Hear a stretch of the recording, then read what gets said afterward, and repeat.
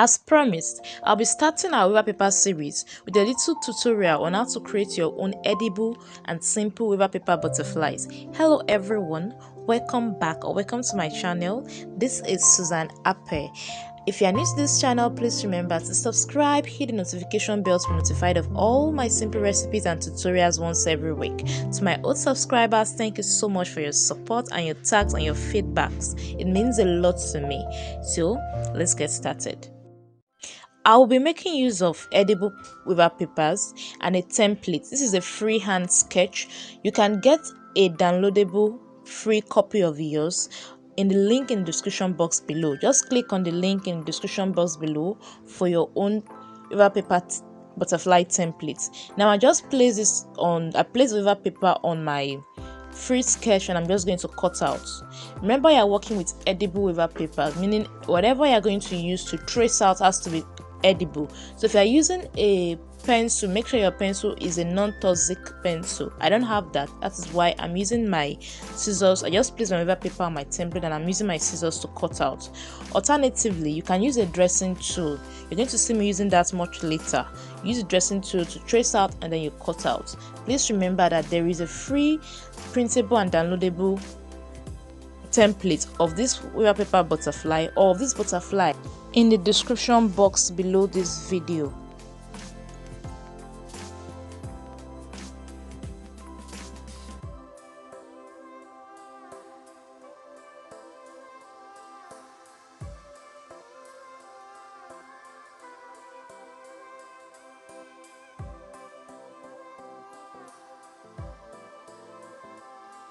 This is ready. Now I'm just going to trace out the dressing tool. This is the second option. Now for all the cutouts, your wafer paper cutouts or pieces you get after cutting out your template, don't throw them away. Remember, you can always use them for wafer paper glue. Also, if you have not still gotten my ultimate guide to working with edible wafer paper, the link is just in the description box below this video. Don't forget to get your copy and get access to all the guide you need to work with wafer papers. And I'm just going to stack some wafer papers together. I'm going to cut out. I'm making 2 sets of wafer paper butterflies, so I'm using about 8 pieces of cut out wafer papers to create this. 8 pieces, that is 4 for each set. These are the cutouts.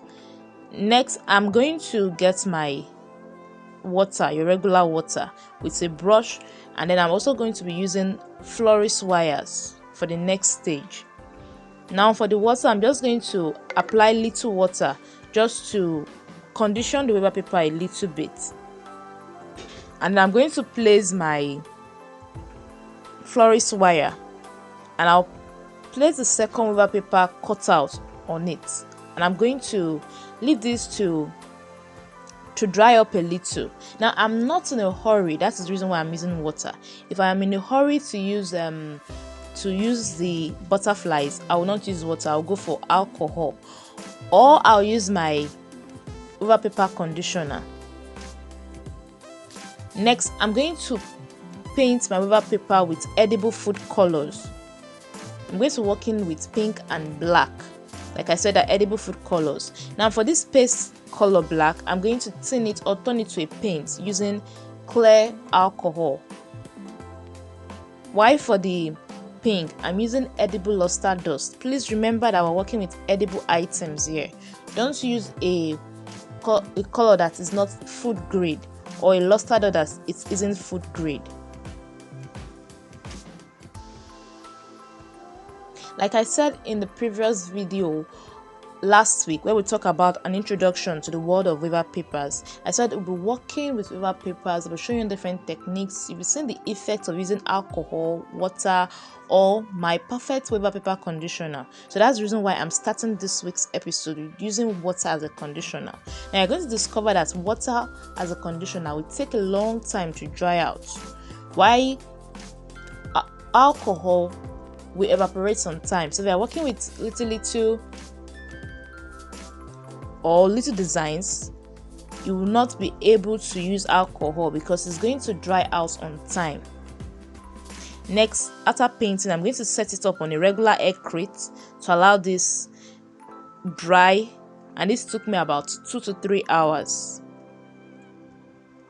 I don't want it flat. I don't want the butterfly wings flat. That's the reason why I'm using an egg crate. If it's flat, it's not look realistic, so we're using an egg crate. Now you can paint your wafer papers designs with any other color you want. You can use any luster dust you want or petal dust.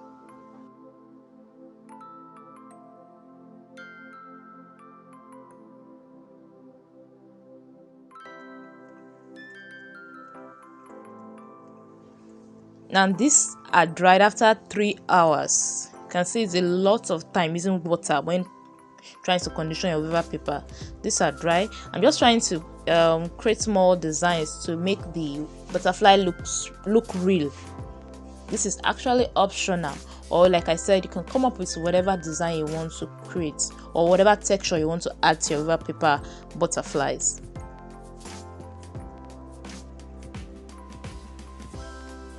When trying to add texture or when trying to add lines to your butterflies, use a brush with a thin bristle. Adding more texture with edible black luster dust.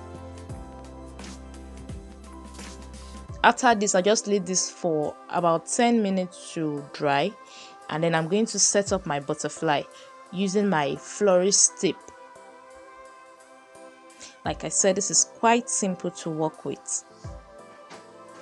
I'm just placing my butterflies, the wings together, and I'm going to tape it with my florist wire. And this is something you can do at the comfort of your home. It's not stressful. The supplies are not expensive. That is, the equipment I'm going to use are not expensive, and that's something you can usually see at your baking stores. And this is ready. If you enjoyed this video, give me a thumbs up, leave me a comment, and please remember to subscribe if you haven't. And I want to see your feedbacks and your questions, and if there's anything you want us to discuss or share on this platform, please just leave me a comment and I'll attend to them. Thank you so much for your support.